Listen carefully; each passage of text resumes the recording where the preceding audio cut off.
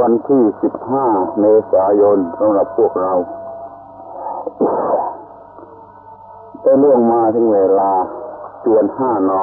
แล้ว ในวันนี้จะได้พูดกันถึงการฝึกอานาปานสติหมวดที่1ขั้นที่4ในครั้งที่แล้วมาซึ่งเป็นการบรรยายอานาปานสติขั้นที่3นั้น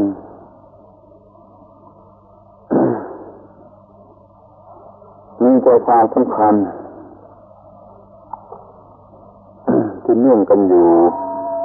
กับขั้นนี้ก็ตรงที่ว่ามันมีข้อเท็จจริงอยู่ว่าลมหายใจเป็นเครื่องปรุงแต่งกายดังนั้นจึงได้ชื่อว่ากายสังขารเครื่องปรุงแต่งกาย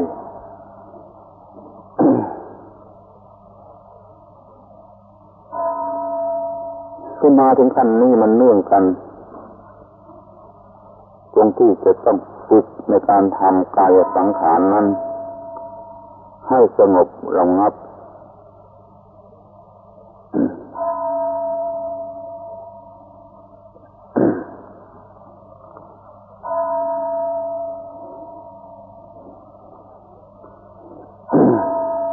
ทำให้สงบระงับลงไปตามลำดับจนกระทั่งเกิดผลเป็นกายปัสสัทธิความระงับแห่งกายซึ่งหมายถึงเจตสิกกระทำที่เป็นส่วนจิตรวมอยู่ด้วยเพราะฉะนั้นจึงมีการระงับของจิตพร้อมกันไปในตัวมีความระงับเรื่อยไปตัวลึกยิ่งขึ้นหรือประณีตยิ่งขึ้นจนถึงขนาดที่เรียกว่าฌานชอเชอฌานนอหนูซึ่งเราจะต้องทำความเข้าใจกันต่อไป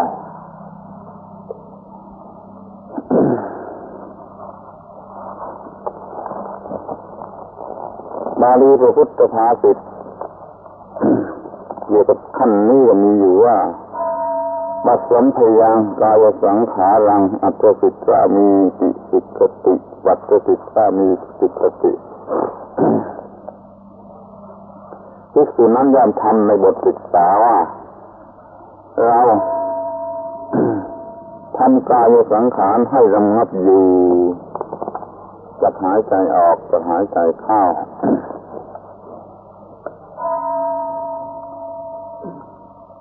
เราเป็นผู้ทำกายสังขารให้ระงับอยู่เรากำหนดรู้ว่าเรากำลังเป็นผู้ทำกายสังขารให้ระงับอยู่กำหนดที่ตรงไหนก็กำหนดตรงที่กายสังขารมันระงับอยู่นั่นวัตถุที่เรากำหนดเมื่อเรากำหนดสิ่งนั้นอยู่เราก็คือผู้ที่ทำกายสังขารให้ระงับอยู่รู้สึกตัวอยู่อย่างนี้เราพยายามทำอยู่อย่างนี้ตลอดเวลาเรียกว่าทำกายสังขารให้ระงับอยู่ทุกครั้งที่มีการหายใจเข้าออกนี่เรียกว่าโดยหัวข้อหรือโดยหลักส่วนรายละเอียดเราจะได้พูดกันต่อไป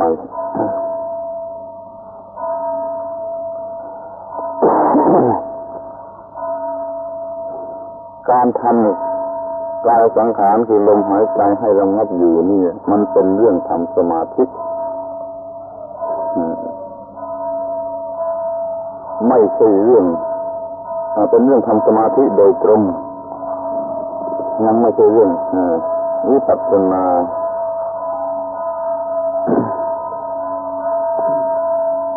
สมาธิคือเพ่งโดยวิธีของสมาธิวิปัสสนาคือเพ่งโดยวิธีของวิปัสสนา นี่เพื่อเป็นความรู้ ทั่วไปเรามารู้เรื่องไอ้การเพ่งสองชนิดกันเสียก่อนเพื่อประกันความทันเสียแม้ในภาษาไทย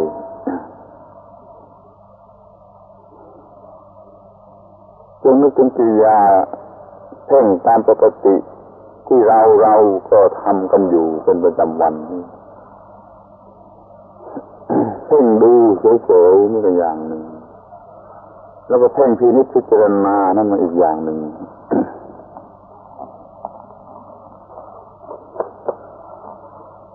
เพ่งจ้องดูเฉยๆให้จิตกำหนดเฉยๆไม่พิจารณานี่ก็เรียกว่าเพ่งอารมณ์เพ่งเข้าไปที่อารมณ์ที่สำหรับดูนี่ถ้าไปพิจารณาที่เท่ามีการพิจารณาข้อเท็จจริงต่างๆลักษณะต่างๆหรือความหมายต่างๆอะไรต่างๆของสิ่งนั้นของสิ่งที่เพ่งนั้นเขาเรียกว่าเพ่งลักษณะหรือเพ่งพิจารณาต้องสังเกตข้อนี้ให้เข้าใจไม่แยกกันได้เด็ดขาดเพราะในสิ่งเดียวกันเนี่ยเราจะเพ่งพิจารณาก็ได้หรือเพ่งดูเฉยๆก็ได้สมมติว่าดอกไม้ดอกหนึ่งมาเพ่งดูจะเปลี่ยนความสวยแล้วไม่มีความคิดนึกวิพากษ์วิจารณ์พิจารณาอะไรมันก็เป็นเพ่งอย่างเพ่งอารมณ์เพ่งดูแต่ก็ไปเพ่งอย่างละเอียดคือพิจารณาว่ามันเป็นอย่างไรมันมาอย่างไรมันมีเหตุอะไรและโดยเฉพาะอย่างยิ่งมันมีลักษณะเปลี่ยนแปลงอย่างไรคือไม่เที่ยงเปลี่ยนแปลงเรื่อยถ้าดูแล้วน่าเศร้าคือว่าทั้งสองที่เป็นมายาเดี๋ยวงอกขึ้นมาเดี๋ยวก็เหี่ยวแห้งโรยไปถ้าดูไปถึงความโอ้ยเราจะไปรักไปอะไรมันไม่ได้มันเราทำให้เราเป็นทุกข์ใจไปด้วยอย่างนี้นี่เราเพ่งพิจารณาเพ่งลักษณะดูลักษณะ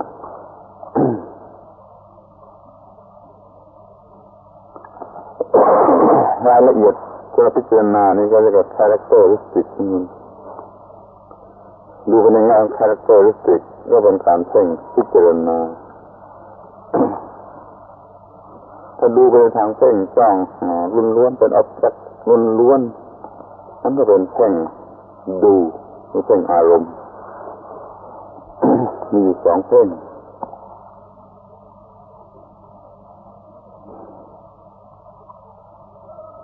ที่ในขั้นที่เล่ามามันก็มีการเพ่ง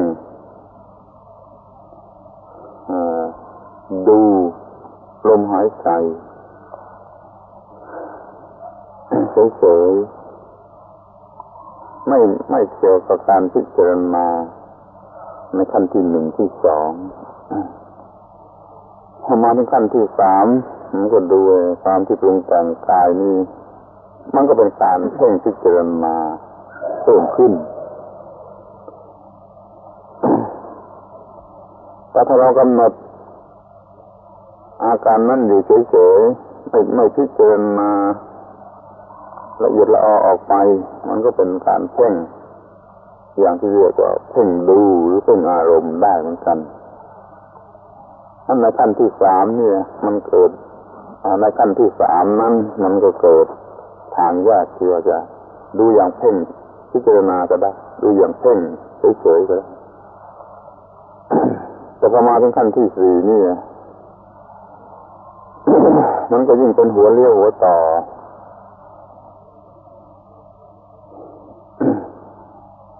คือว่าแล้วแต่ผู้ที่ฝึกบางคน ถ้าเขาต้องการจะฝึกเพื่อดับทุกข์โดยเร็วไม่มาพิถีพิถันอะไรอยู่เขาก็เริ่มการเพ่งพิจารณาได้ตั้งแต่ขั้นนี้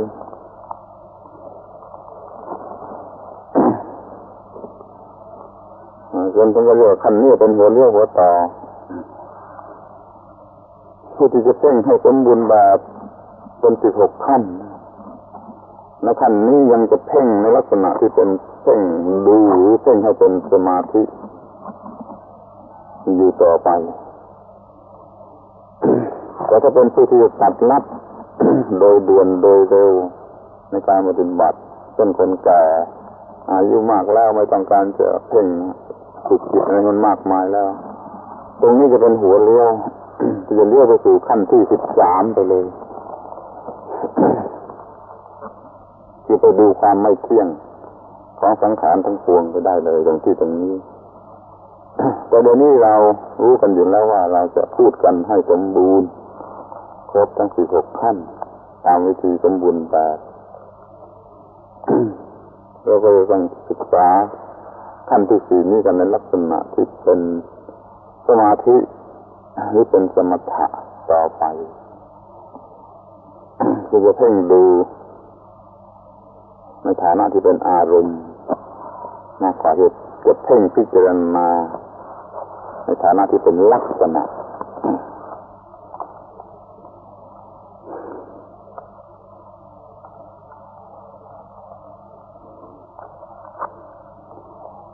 ทีนี้ถ้าจะพูดถึงการทำให้ระงับคือทำกายสังขารที่หยาบให้ระงับละเอียดลงไปมันก็ทำได้ทั้งโดยวิธีเพ่งดูและวิธีเพ่งพิจารณา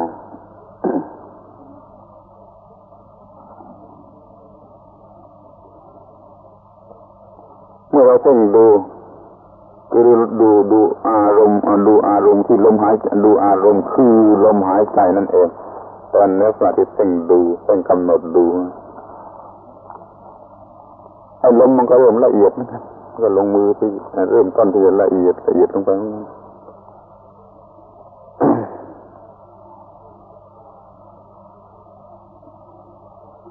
ทำลมให้ละเอียดด้วยการเพ่งดูหรือการเพ่งดูทำลมให้ละเอียดพูดทางไหนก็ได้นี่ถ้าเพ่งพิจารณาลักษณะมันก็เป็นการทำให้ละเอียดยิ่งขึ้นไปอีกมันจะเป็นการเพ่งชนิดไหนล้วนแต่เป็นการทำให้ลมหายใจระงับหรือละเอียดลงไป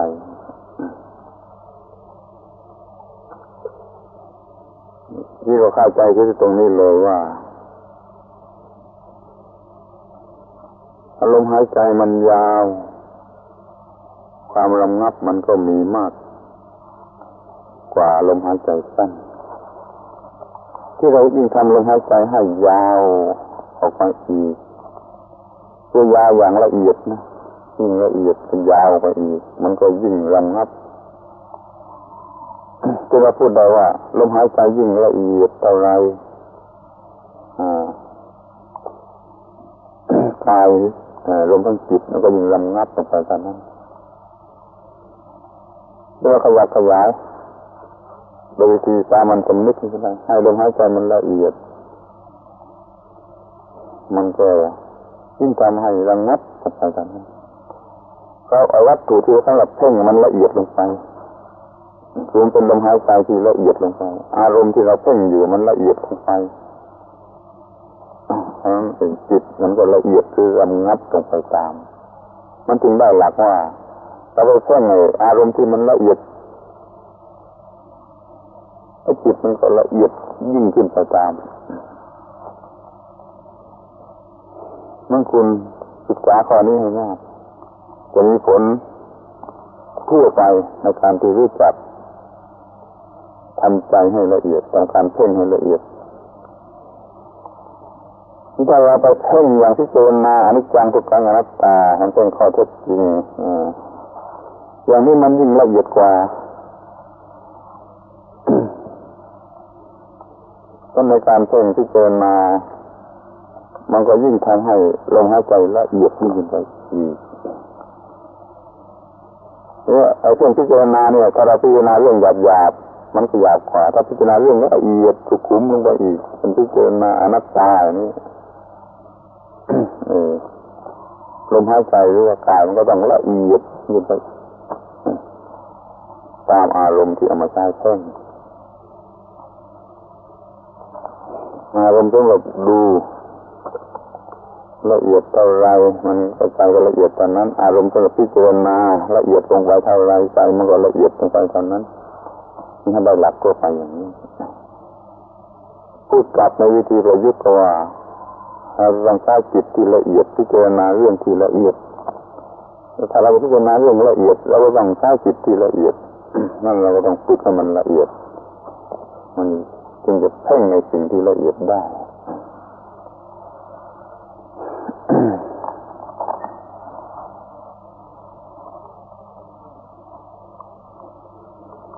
นี่ถ้าเพ่งดูอย่างเพ่งอารมณ์เป็นอย่างที่หนึ่งคือเพ่งดูเฉยๆเนี่ยมันมีผลเป็นฌานเป็นสมาธิเป็นฌาน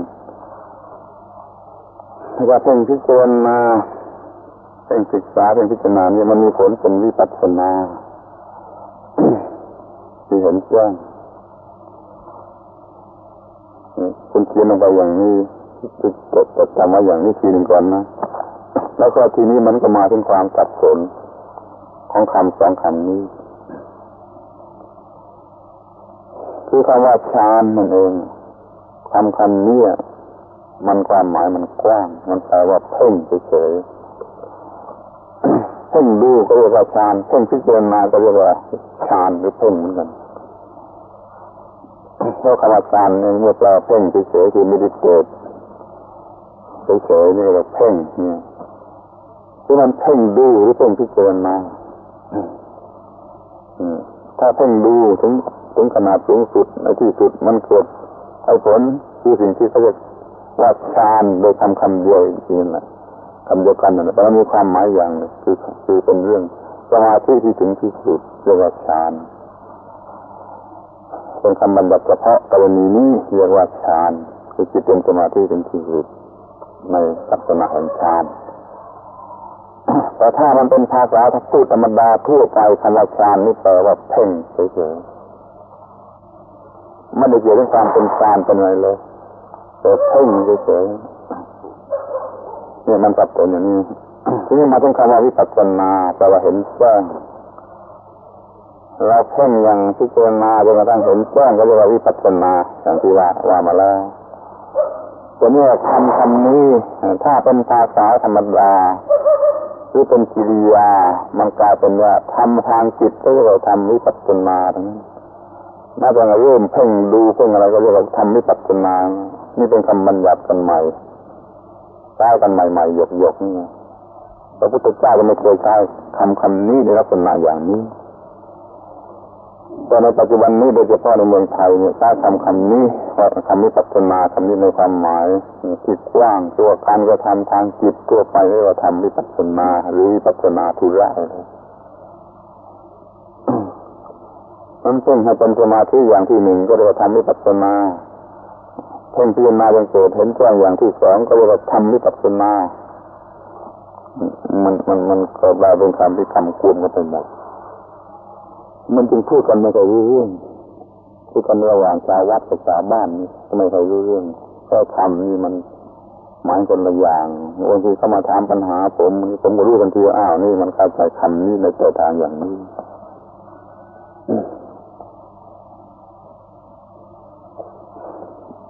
แล้วก็ที่เขาสำคัญตัวผิดก็เพราะคนนี้ก็เป็นนักวิปัสสนาทำวิปัสสนาอย่างยิ่งแต่ไม่ได้เห็นแจ้งอะไรเลยเพราะว่าทำทางจิตใจก็เรียกว่าทำวิปัสสนามันเป็นคำว่า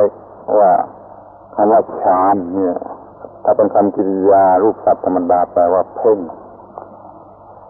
ถ้าเพ่งดูอารมณ์เพื่อจิตเป็นสมาธินี่ก็เรียกว่าอารมณ์มนูปนิสฌานคือเพ่งกำหนดอารมณ์ถ้าเพ่งพิจารณาเป็นข้อเท็จจริงก็เรียกว่าลักขณูปนิสฌานคือเพ่งลักษณะพอมาถึงขั้นที่สี่นี้มันเป็นการทำกายสังขารให้ระงับอยู่และทำได้ทั้งโดยวิธีเพ่งอารมณ์และเพ่งลักษณะ เพ่งอะไรก็ตามทำให้จิตละเอียดให้ลมละเอียดให้กายระงับให้จิตระงับไปทั้งนั้นเลยถ้ามันเพ่งโดยที่ละเอียดลงไปหรือเอาเรื่องที่ละเอียดมาเพ่งมันก็ยิ่งทำให้ระงับมากขึ้นไปตามส่วนทีนี้เราก็จะพูดกันถึงเรื่องเพ่งไหวอารมณ์คือที่จะเป็นไปเพื่อฌานยังไม่พูดถึงจะเป็นไปเพื่อวิปัสสนาเห็นแจ้งแทงตลอดเนาะซึ่งมันจะไปอยู่ในขั้นที่13โดยเฉพาะในขั้นที่4ที่ทำกายสังขารให้ระงับอยู่เนี่ยมันเป็นเรื่องของการเพ่งอย่างแรกที่เป็นกำหนดอารมณ์คือลมหายใจและสิ่งที่เนื่องกันอยู่กับลมหายใจหาอุบายวิธีที่จะทำให้มันระงับแล้วเพ่งดูความระงับอยู่ของมันนั่นจึงเอาความระงับอยู่เป็นอารมณ์สำหรับเพ่งดู ไม่ใช่เพ่งพิจารณา เอาละทีนี้ก็มาถึงในตัวการปฏิบัติในขั้นที่4นี้โดยตรงผมจะเห็นผมจะรวบรัดกล่าวตามที่เห็นว่าสมควรแก่พวกคุณที่เป็นนักศึกษาในภาวะอย่างนี้ในภาวะอย่างที่พวกคุณกำลังเป็นอยู่นี่คุณก็รู้เองว่าจะต้องทำอะไรบ้างอะไรมีอะไรในภาวะอย่างนี้เขาถือว่าเป็นหลักสำหรับจะอธิบายอานาปานสติขั้นที่4เท่าที่มันเหมาะสมไม่ใช่จะทำให้เร็วลงหรือให้ผิดความจริงออกไปแต่ทำให้เหมาะสมเพื่อความรวบรัดที่สุดและฉลาดที่สุดเป็นวิธีที่ฉลาดที่สุดของผู้ที่มีสติปัญญาดังนั้นเราจะแบ่งวิธีการฝึกทำกายสังขารให้ระงับนี่ออกเป็นตอนๆเพื่อความง่ายยิ่งขึ้นเป็น8 ตอนนี่ไม่ใช่หลักทั่วไปในพระคัมภีร์หรือว่าในวงนักปฏิบัติส่วนใหญ่ที่เขาทำกันอยู่เพราะว่าเขาไม่ได้ทำเพื่อบุคคลไม่ได้บัญญัติไว้วางไว้เพื่อบุคคลอย่างประเภทนักศึกษาอย่างคุณแต่แล้วมันก็ไอ้เรื่องทั้งหมดนั้นนะที่เอามาแบ่งให้มัน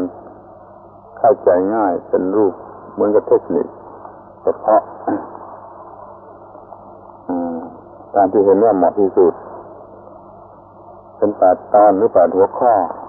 ที่จะต้องศึกษาแล้วปฏิบัติ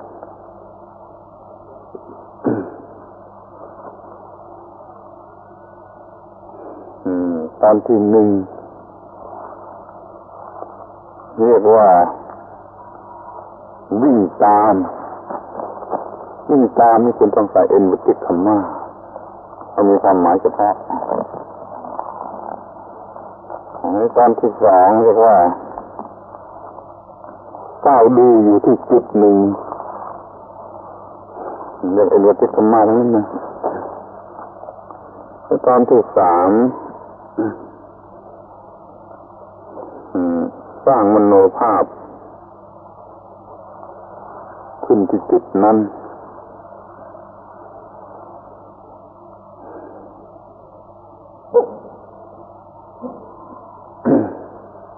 ในลักษณะอุกหานิมิต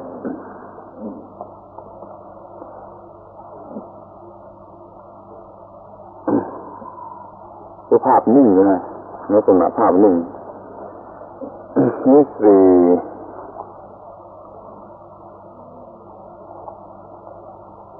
สร้างปฏิภาคนิมิตคือภาพไหวขึ้นแทนที่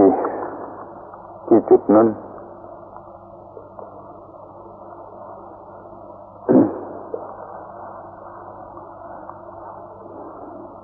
แล้วขั้นที่ห้านวงองค์ฌานขึ้นมาจนครบ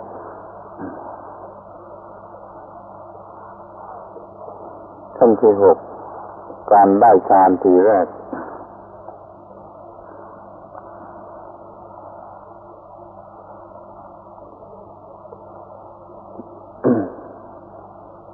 ขั้นที่เจ็ดการทำให้ชำนาญการทำให้ชำนาญที่อยู่ในอำนาจขั้นที่แปดการได้ฌานในอันดับต่อไป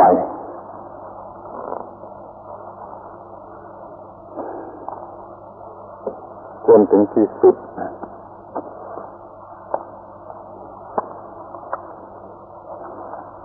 เนี่ยถ้าตรวจดูอีกครั้งหนึ่งว่าขั้นที่หนึ่งวิ่งตามขั้นที่สองเฝ้าอยู่ที่จุดหนึ่งขั้นที่สามสร้างนิมิตชนิดมโนภาพขึ้นที่จุดนั้นในลักษณะภาพนิ่งขั้นที่สี่สร้างปริภาคคณิมิตภาพไหวขึ้นที่จุดนั้นขั้นที่ห้านวงองค์ฌานขึ้นมาจนครบขั้นที่หกได้ฌานทีแรกขั้นที่เจ็ดทำให้อยู่ในอำนาจขั้นที่แปดการได้ฌานในอันดับต่อไปจนถึงอันดับสุดท้าย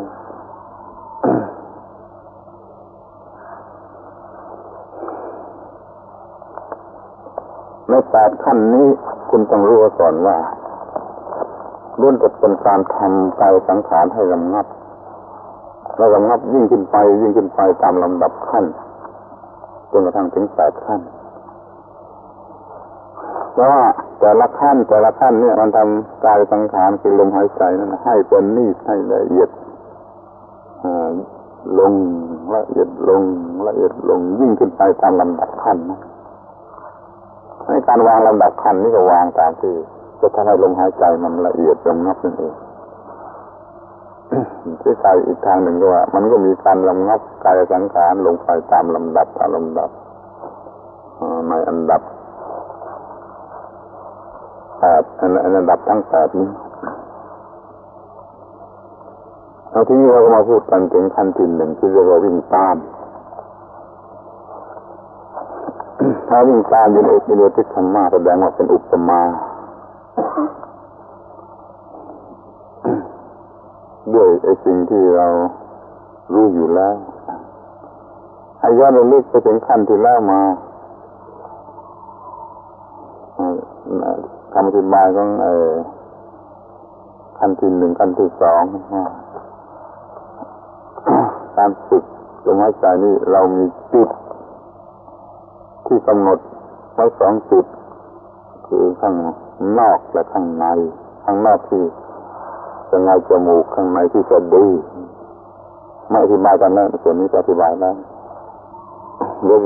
ลืออยู่แต่ว่าตอนนี้มันมีอยู่สองจุดคือที่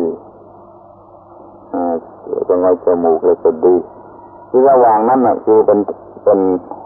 เหมือนกับระยะอันหนึ่งหนทางที่มีระยะอันหนึ่งซึ่งลมหายใจจะวิ่งไปวิ่งมาผ่านหายใจเข้าตั้งต้นที่จมูกเข้าไปจุดที่สะดือให้ใจออกตั้งต้นที่สะดือมาหยุดที่จมูกที่เราสมมติมันก็ว่าลมหายใจเหมือนกับสัตว์เล็กๆไอ้ตัวหนึ่งซึ่งวิ่งไปวิ่งมาอยู่ระหว่างจุดสองจุดนี้ที่เราใช้สติกำหนดให้จิตวิ่งตามไปเลยจะใช้คำว่าสติหรือใช้คำว่าจิตก็ได้นะเพราะมันอันเดียวกันกำหนดมันด้วยสติสติเป็นเครื่องมือถ้าเอาสติเป็นเครื่องกำหนดเองมันก็พูดได้เอาแล้วว่ามีความรู้สึกของอันหนึ่งที่จะคอยวิ่งตาม เมื่อลมหายใจมันวิ่งระหว่างจิตสองจิตนี้เข้าออกอยู่เสมอก็ฝึกวิ่งตามนั่นคือนั่งตัวตรงดำรงสติมั่นกำหนดจิตสองจิตคือข้างนอกกับข้างในแล้วจิตคอยวิ่งตามลมหายใจที่กำลังวิ่งไปวิ่งมาอยู่ระหว่างสองจิตนี้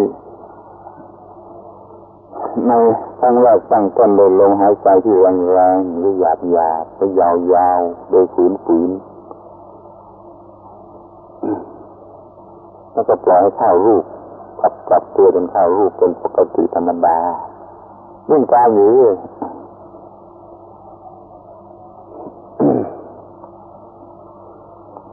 ในขั้นนี้มีรายละเอียดที่จะฝึกได้หลายอย่างหลายวิธีหรือหลายแบบ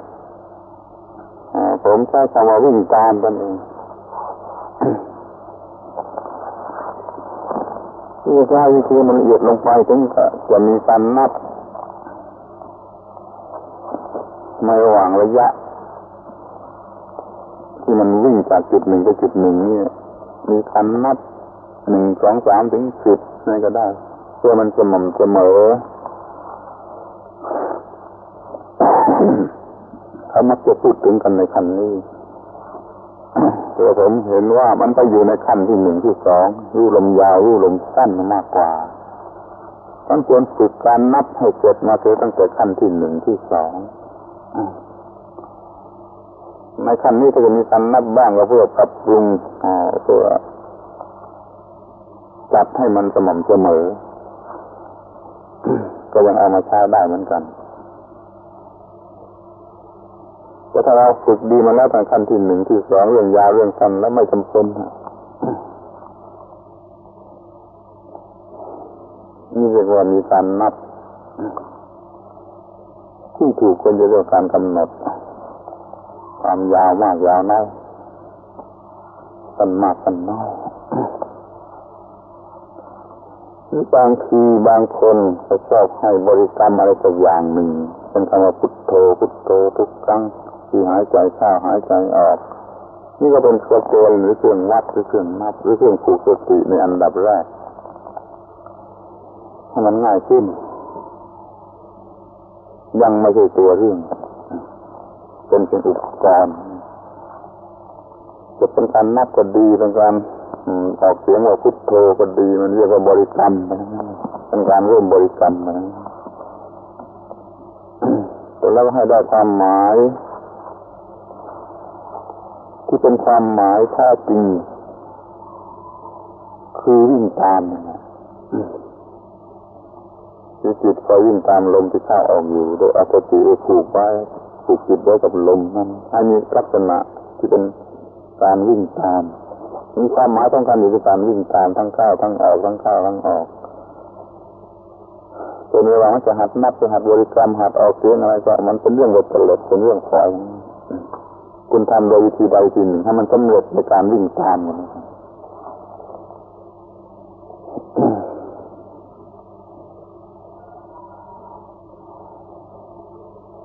อุปมาอย่างอื่นก็มีเขาเรียกว่าเลี้ยวดูเหมือนกับจับเด็กใส่เปลไว้ให้นอนเนี่ยเปลไปมาแล้วก็เลี้ยวดูเด็กที่ยังไม่นอนยังจะดิ้นลงจากเปลงั้นหน้าไปสายหน้าไปสายหน้ามาตามที่เปลมันแกว่งมันก็เหมือนกับวิ่งตามนี่เป็นอุปมาที่มีความหมายอย่างเดียวกันมันก็สำคัญก็อยู่ที่ว่าจิตเนี่ยวิ่งตามเหมือนกับว่าถูไปไถไปไถมาไถไปไถมาอยู่พื้นที่ระหว่างจมูกกับสะดือสมมติว่าเป็นพื้นที่เรามีเซนซิทีฟมากรู้สึกได้แรงมากวิ่งไถไปถูไปนะเราทำการสมมติอย่างนั้นเพื่อมันง่ายเข้าเกี่ยวกับการสมมติก็ไม่เชิงที่เราทำจิตให้เป็นอย่างนั้นจริงๆสมมติว่าเส้นทางอันนี้ละเอียดอ่อนแล้วไวต่อความรู้สึก จนเห็นก็ว่ารู้สึกว่าลมนี่มันลากไปแต่ต้นจนปลายถ้ามันไม่แต่ต้นจนปลายเราก็ทำให้มันแต่ต้นจนปลายอย่าให้มีโอกาสหนีไปในระหว่างนั้นนะระหว่างจากจุดหนึ่งถึงจุดหนึ่งเนี่ยให้มันก็เราลากเส้นขีดไปขีดมาช้าๆโดยไม่มีระยะว่างคือไม่มีระยะที่ปล่อยจิตหนีสักไปเสียในขณะใดขณะหนึ่งแล้วกลับมาใหม่ถ้าเราวิ่งตามจะทำสำเร็จมันก็หมายความว่าไม่มีทางหนีเลยไม่มีโอกาสให้หนีไปจะหายใจแรงๆเข้าออกช้าๆอย่างมีระเบียบไม่ขาดตอนแม้เมื่อหยุดอยู่นั่นก็หยุดอยู่ระยะหนึ่งนั้นก็มีการเฝ้าอยู่ที่นั่นแหละเมื่อมันกลับออกมาเกิดตามมาเมื่อมันสุดหายไปในอากาศก็หยุดที่ปลายจมูกไม่ให้ขาดตอนได้ไม่ให้ขาดเวลาและไม่ให้ขาดการกำหนดได้มันกำหนดทุกระยะจนกระทั่งมันกลับเข้าไปอีกแล้วมันหยุดอยู่นิดหนึ่งแล้วก็ออกมาอีกทำอย่างกับเป็นวัตถุที่จริงเป็นเรื่องจิตซึ่งนำมาทำแต่เราทำวิธีอาการอย่างเป็นวัตถุเพื่อมันง่ายเข้าเนี่ยคนไปหัดวิ่งตามอยู่จนสำเร็จซะก่อนในกี่วันกี่อะไรสุดท้ายในระหว่างวิ่งตามเนี่ยจะพบว่ามันละเอียดเข้าในเมื่อเรากำหนดให้มันละเอียดเข้าจนบางทีมันหายไปเสียกำหนดมันไม่ได้อย่างนี้ก็มีก็ไม่ต้องเห็นประหลาดอะไรหายใจเพื่อใหม่ให้มันแรงขึ้นมาอีกให้มันยาวขึ้นมาอีกเพราะลมหายใจมันจะหายไปไหนไม่ได้แม้ว่ามันละเอียดไปจนกำหนดไม่ได้แต่อย่าไปคิดว่ามันหายไปเสียแล้วหรือหายไปมันก็อยู่นะแต่มันละเอียดจนกำหนดไม่ได้ที่ถ้าการฝึกในขั้นนี้เรายังไม่เอาละเอียดอย่างนั้นเราจะวิ่งตามให้มันได้เนี่ยหรือหายใจจนยังมีเสียงสู้คลาดได้ก็ยิ่งดีเสียงวีดเสียงอะไรก็ได้มันจะได้ช่วยทางหูอีกทางหนึ่งให้การวิ่งตามนั้นเป็นไปอย่างหนักแน่นอย่างจับตัวได้หนีไปไหนไม่ได้อยู่กับในกำมือเลยทีเดียวเอาละพูดเรื่องท่านวิ่งตามจะเป็นย่อๆอย่างนี้ทีนี้ก็มาถึงขั้นที่สองคือฝ้าอยู่ที่จุดใดจุดหนึ่งเมื่อเราฝึกมันจนก็มันยอมขนาดวิ่งตามก็ไม่เหลวไหลแล้วก็ย่อนลงมาได้ฝ้าที่จุดหนึ่งที่ดีที่สุดก็คือจุดที่จะงอยจมูกเพราะว่าลมมากระทบอยู่ที่จะงอยจมูกตรงนั้นก็แล้วกัน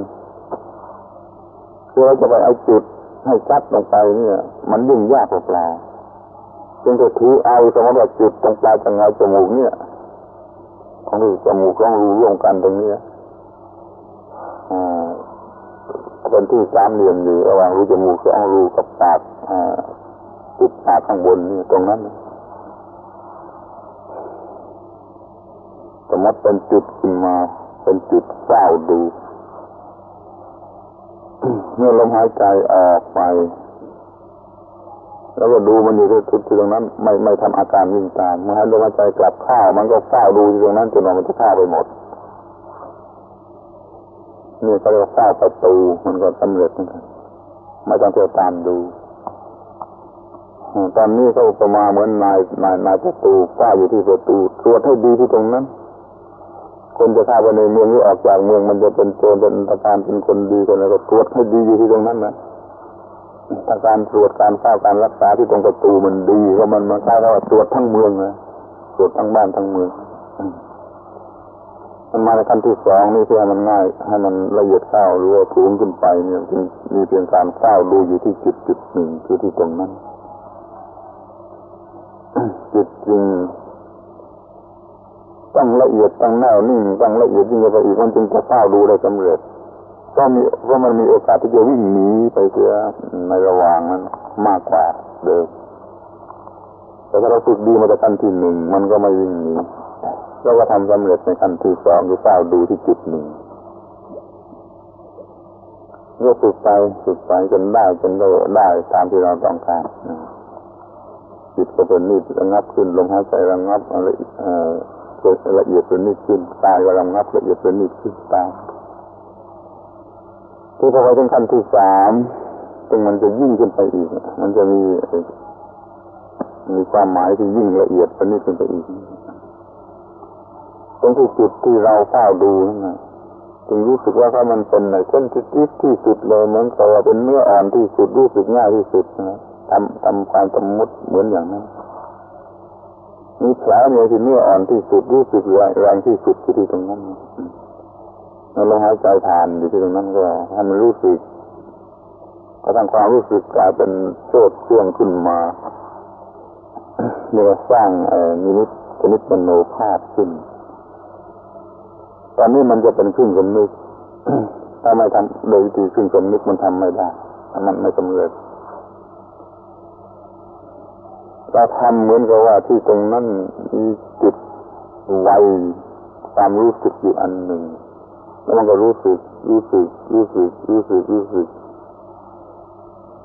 จนสมมติเหมือนกับว่ามีจุดหรือมีดวงอะไรอันหนึ่งรูปร่างก็กลมเป็นดวงเป็นสเฟียร์นะครับมันต้องเป็นดวงมันก็ต้องมีรูปร่างกลมเป็นธรรมดาแล้วก็มีสีมีแสงอะไรทำแต่เราจะรู้สึก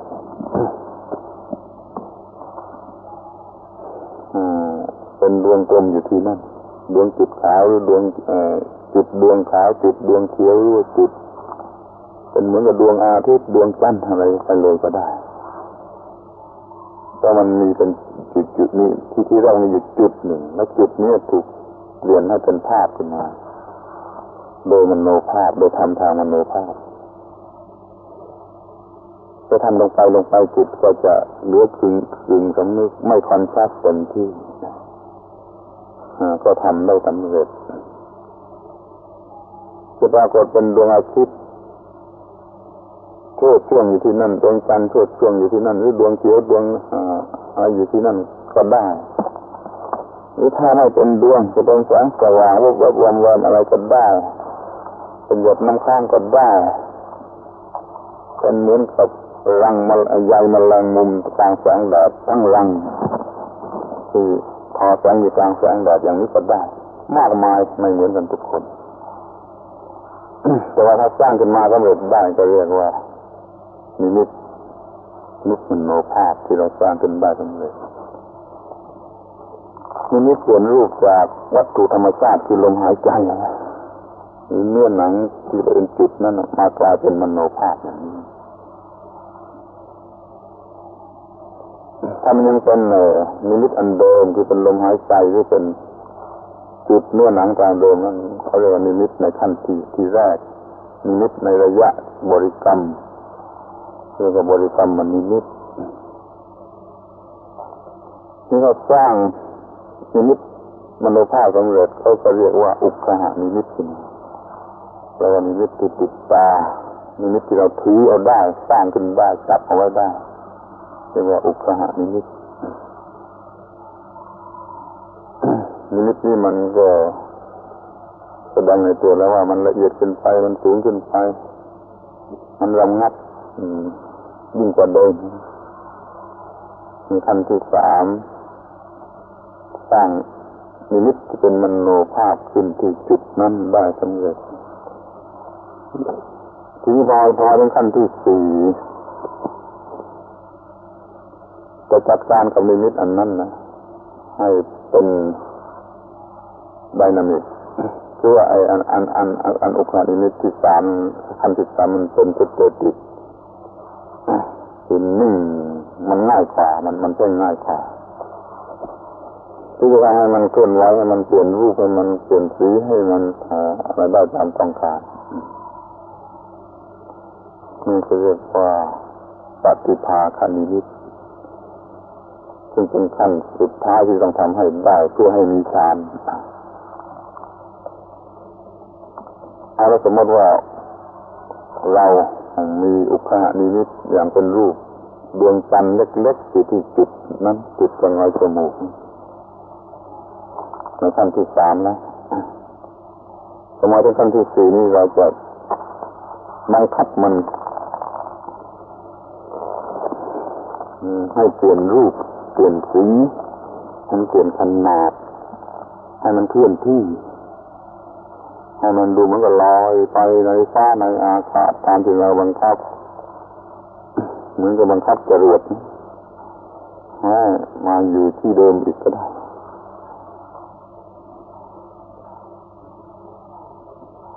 นี่มันเป็นทีแรกเชื่อมันเกิดขึ้นมาง่ายๆที่ตรงนั้นนิ่งๆนั่นมันไม่เก่งเท่าไหร่การฝึกจิตยังไม่เก่งเท่าไหร่เราจะสามารถที่จะน้อมมโนภาพนี้ให้มันเปลี่ยนไป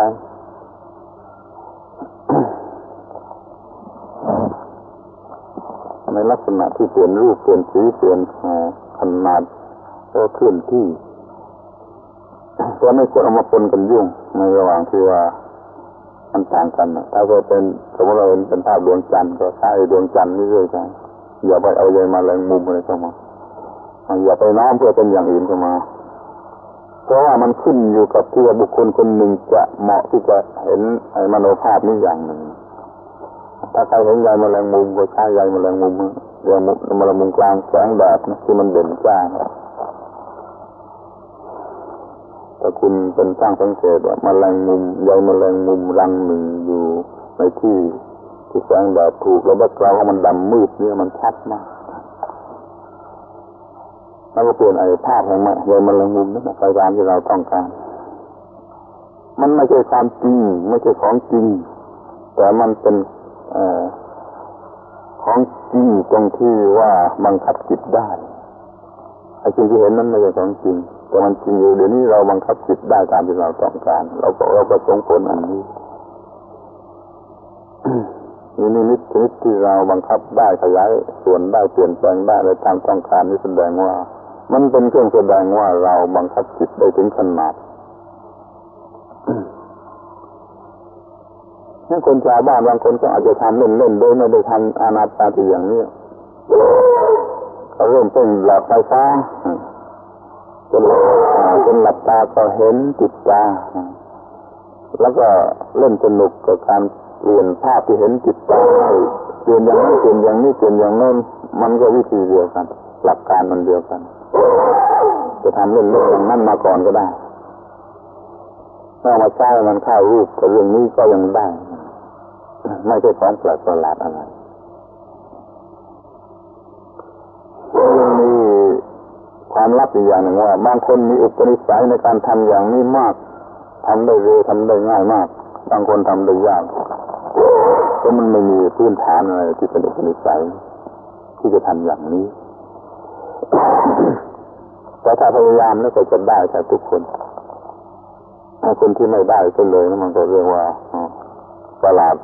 เป็นมันนั่นเกินไปคือมันทุกข์เกินไปถ้าเราเห็นว่าเทคนิคของอานาปานสติมันลึกซึ้งมันก็ทำอย่างเล่นๆเหมือนอย่างที่ว่าฝึกอย่างที่เขาฝึกเป็นชาวบ้านฝึกดูแสงเทียนฝึกดูหลอดไฟฟ้าฝึกอย่างนี้ไปอย่างง่ายๆเพื่อสร้างนิสัยนี้ขึ้นมาก็ได้แล้วก็มาทำอย่างตามแบบฉบับนี้ต่อไปอีกนี่คุณก็จะเห็นได้ว่าตอนนี้มันก็มีความสำรวมบังคับตัวบังคับใจบังคับความเป็นอยู่อะไรมากขึ้นเป็นพิเศษคุณตั้งแต่โยคีนั้นไม่อยากออกมาจากถ้ำไม่อยากออกมาจากป่ามาสังคมมาเพราะมันต้องรักษาสั่งการที่จะทำขึ้นมาได้นี่มันก็ยากแล้วจะรักษามันคงอยู่ไม่สูญหายไปเสียนี่มันก็ยากที่ต้องลงทุนในการเสียสละว่าตอนนี้ไม่ซื้อสีกับใครแล้วจะต้องประคับประคองสิ่งนี้ให้มันมีอยู่ในจิตอย่างสุดความสามารถก็เปรียบตอนนี้ว่าเหมือนกับประคับประคองเด็กอ่อนที่อยู่ในครรภ์หรือจะคลอดออกมานี่ต้องทำอย่างประคับประคองที่สุดไม่งั้นมันจะตาย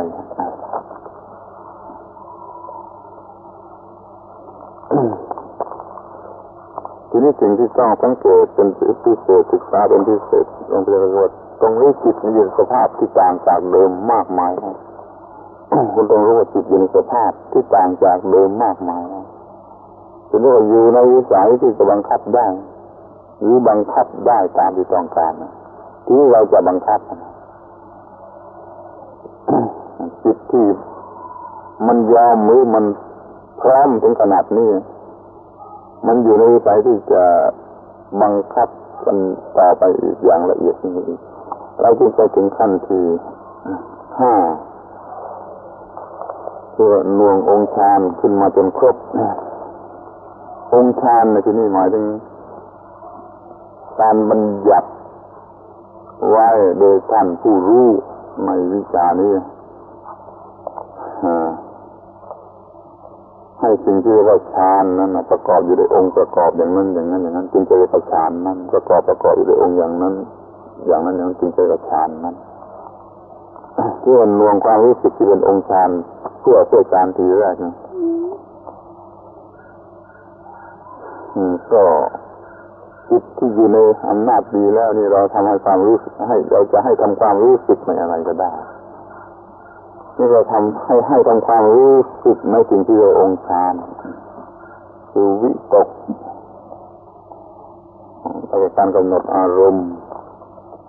วิจารณ์ได้แก่ความรู้สึกซึมซาบในอารมณ์แล้วก็ปีติคือความรู้สึกอิ่มใจในความสำเร็จแล้วก็รูปคือความสบายที่สุดในขณะนั้นแล้วก็เอกัคคตาความที่จิตในขณะนั้นมีจุดสุดยอดเป็นอันเดียวเอกัคคะนี่ก็จุดสุดยอดเพียงอันเดียวเอกัคคตา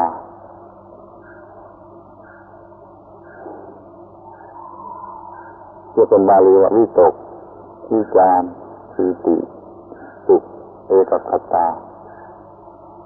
วิตกในที่นี้ไม่ใช่ความคิดอย่างที่เรียกว่าความคิดเหมือนที่ภาษาธรรมดาพูดวิตกในที่นี้หมายถึงว่าจิตกำหนดอยู่ที่อารมณ์มีภาวะอย่างไรเรารู้สึกภาวะอย่างนั้น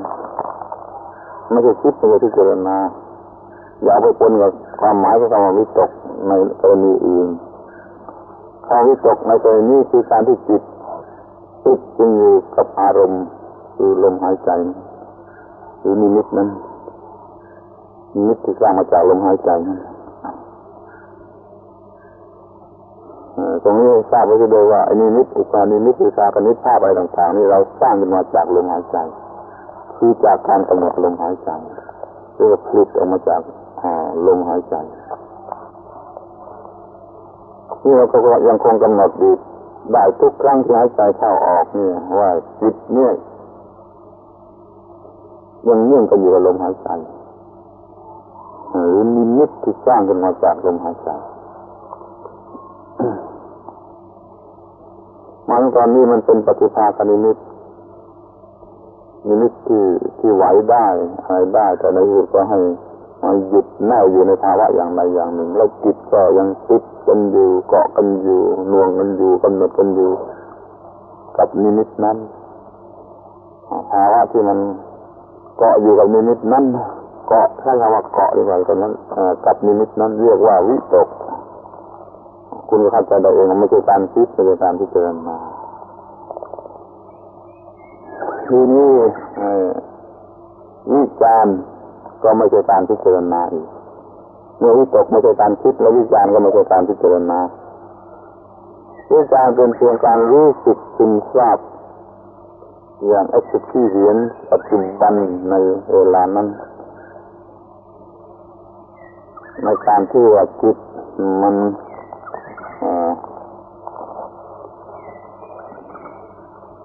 นถูกต้องอย่างทั่วถึง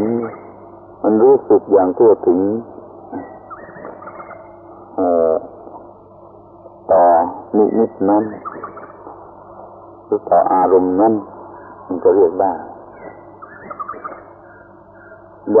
ย่าไปเข้าใจผิดว่าเป็นการพิจารณาอนิจจังทุกขังอนัตตาอะไรประมาณมันคนละเรื่อง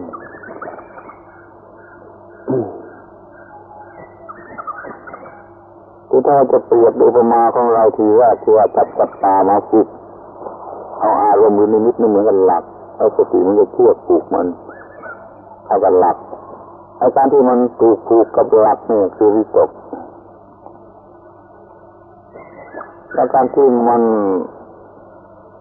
ไม่แยกไปจากหลักต้องพัวพันต้องคล้าวเคลียกันอยู่กับหลักอย่างโดยรอบทั่วถึงเนี่ยคือวิจารณ์เอาอุปมานี้ไปช่วยทำความเข้าใจให้เข้าใจคำว่าวิตกกับวิจารณ์จริง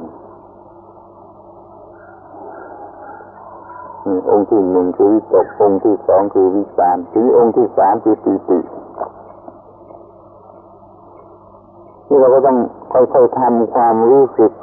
หรือกำหนดความรู้สึกที่เป็นปีติเนี่ยให้ค่อยชัดขึ้นมาในใจในเมื่อ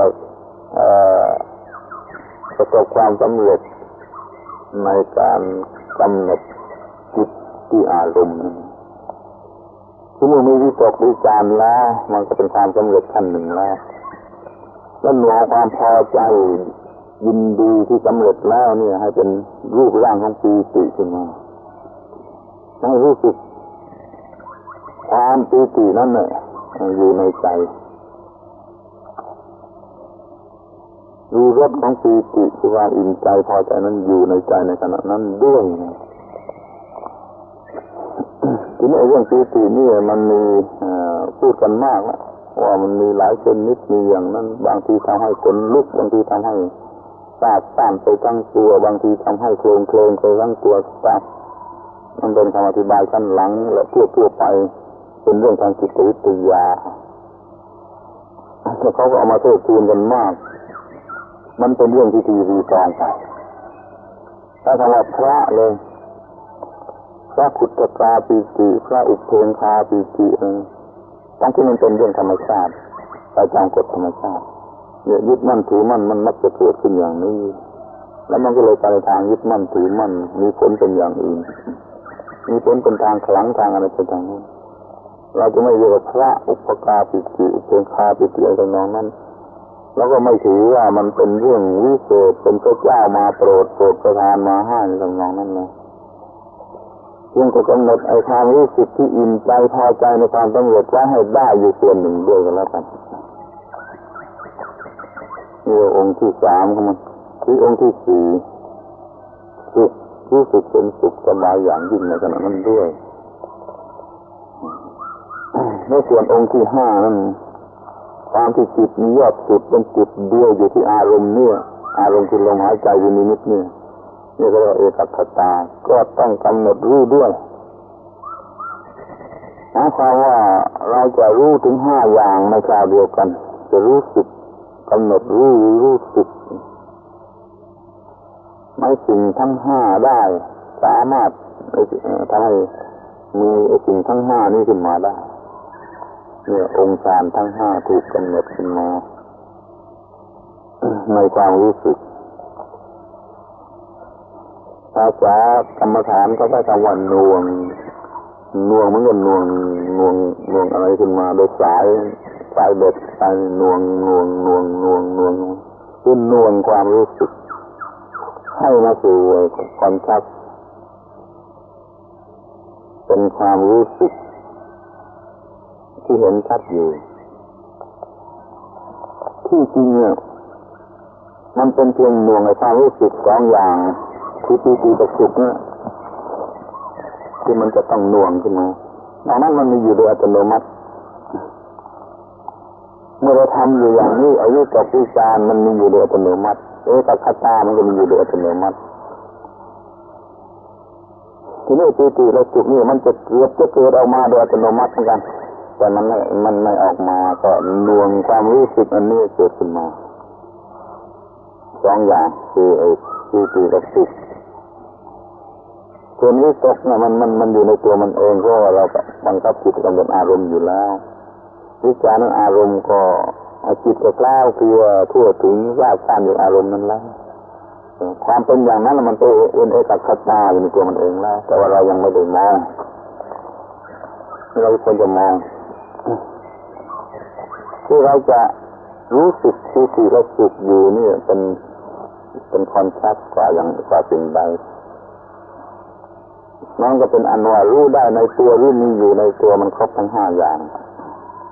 คือเพื่อความแน่นอนเราสังเกตกำหนดดูมันมีครบถึง5อย่างจริง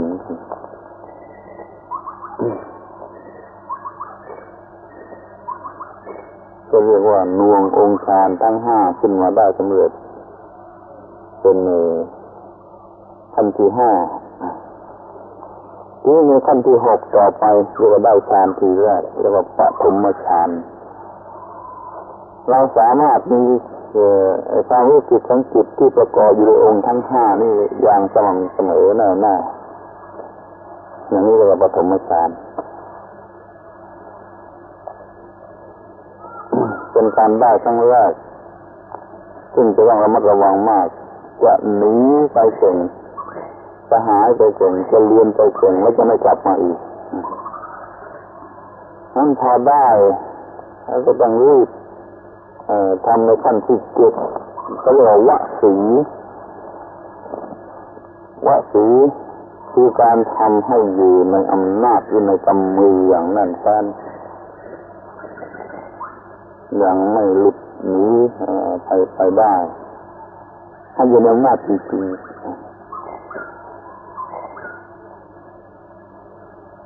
เมื่อคุณเรียนหนังสือพอคุณจำอะไรได้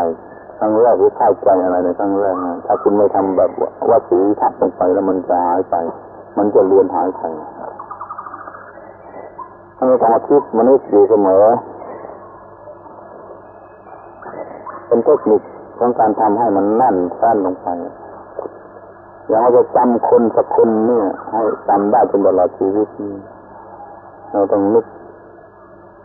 เพราะว่ารู้จักนี่มันก็เหมือนกันได้ฌานเราทำให้ไม่ลืมนึกหน้าเขาทุกคืนนึกหน้าเขาทุกสัปดาห์นึกหน้าเขาทุกเดือนนึกหน้าเขาทุกปีไม่มีวันลืมนี่ทำให้อยู่ในอำนาจเมื่อเราจะท่องจำข้อความอะไรสักอันหนึ่งหลักกฎเกณฑ์อะไรต่างอย่างหนึ่งครั้งแรกก็ทำจำได้เข้าใจได้แล้วก็นึกมันทุกคืนไปหลายคืนแล้วก็นึกวันทุกสัปดาห์ทุกเดือนทุกปีมันไม่มีวันลืมการกระทำในระยะต่อมาที่ให้มันอยู่ในอำนาจเด็ดขาดนี่ก็เรียกว่าวสีเมื่อเราได้ปฐมฌานเป็นครั้งแรกเนี่ยระวังมันจะหนีจะหายไปได้มันต้องรีบทำในขั้นที่เรียกว่าสีทำซ้ำประคับประคองศึกษาทุกแง่ทุกมุมเอาไว้ให้ได้มันจะอยู่ได้ด้วยวิธีอย่างไรในการที่รู้สึกอยู่ในใจ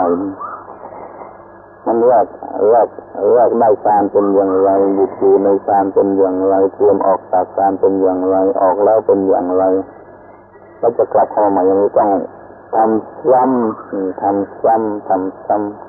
ย้ำซ้ำอยู่ไปมาจนชำนาญที่สุดคุณจะเห็นได้ว่ามันเป็นเรื่องเทคนิคมากน้อยเท่าไรเราก็เลยพูดกันแล้วว่ามันเป็นเรื่องของเทคนิคตั้งแต่ต้นจนปลายใหญ่บ้างเล็กบ้างหนักบ้างเบาบ้างถ้าทำผิดเทคนิคอย่างเดียวมันก็จะต้องยุ่งยากลำบากขึ้นมาหรือว่าล้มละลายไปเลย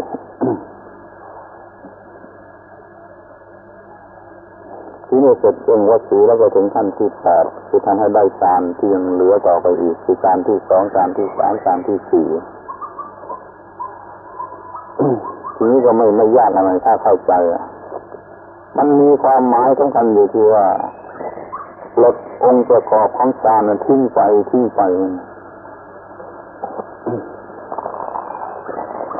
ก็ปฐมฌานทีแรกประกอบด้วยองค์5คือวิตกวิจารปีติสุขเอกคตา5อย่างที่อธิบายมาแล้ว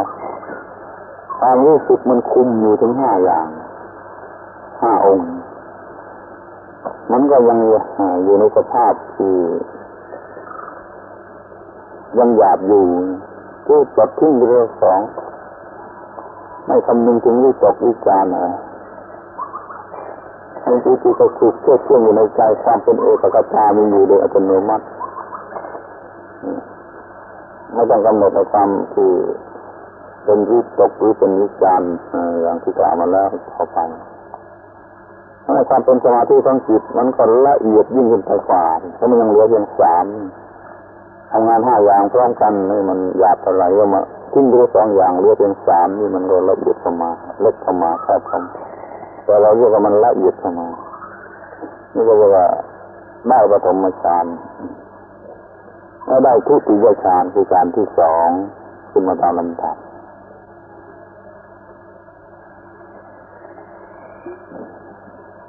ถ้าสมมติเป็นการมองดูภาพไม่ดูไอ้ที่ว่าจิตกำหนดอารมณ์หรืออารมณ์นั่นแฝงกันอยู่กับจิตอยู่นั่นแฝงหรือไม่ดูภาวะอันนี้ไม่สนใจในภาวะอันนี้นี่กดอารมณ์กดองค์ฌาน2องค์ทิ้งไปเสียส่วนปีติและสุขรักษาไว้ของที่เห็นเป็นที่เป็นปัจจุบันอยู่ในใจแล้วเมื่อมันเป็นอย่างนี้ลมหายใจก็ยังคงเป็นไปอยู่นิมิตก็ยังคงเป็นพื้นฐานอยู่ก็เรียกว่ายังมีเอกคตานี่ก็ปีติก็ดีสุขก็ดีมันก็สร้างขึ้นมาจากนิมิตซึ่งสร้างขึ้นมาจากลมหายใจมันกำลังเป็นอันเดียวกันอยู่ในตัวนะในความเป็นเอกคตาก็เท่าเดิมแต่ว่ามันจะละเอียดระงับลงไปตามฌานที่มันสูงขึ้นไป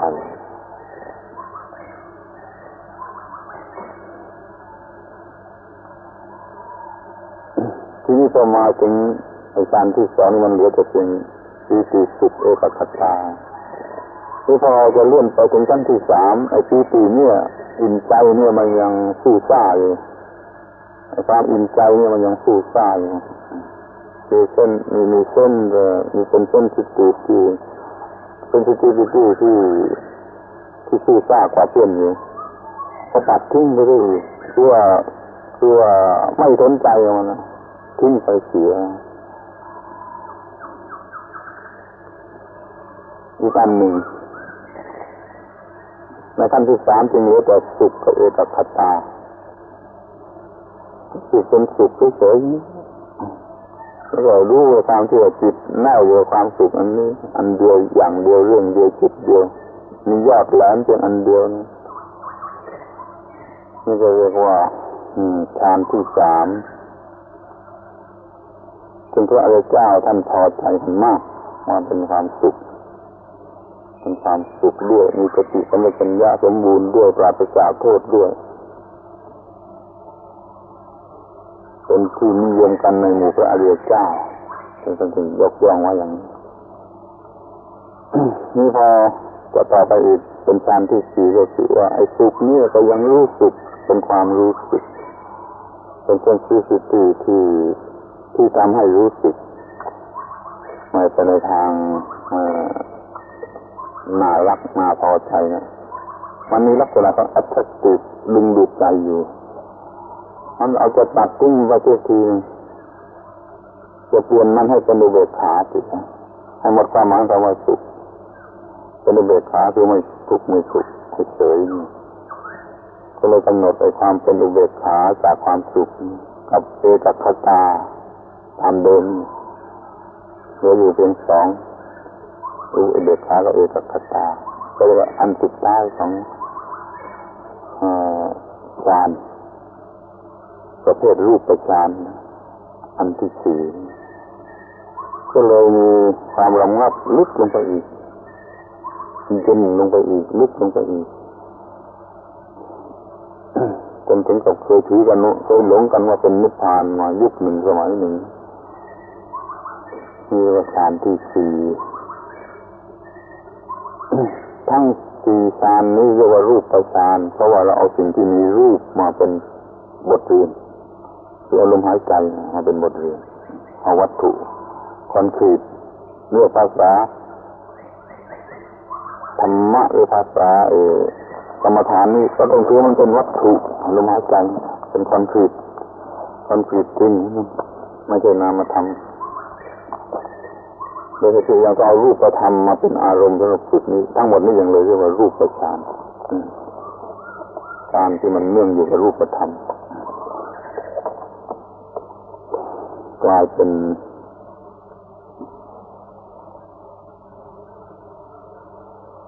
การแบ่งแยกเป็นรูปหรืออรูปมีต่อไปอีกข้างหน้าแต่ว่าในที่นี้พอแล้วสำหรับการฝึกในขั้นที่สี่ทำกายสังขารให้สงบระงับอยู่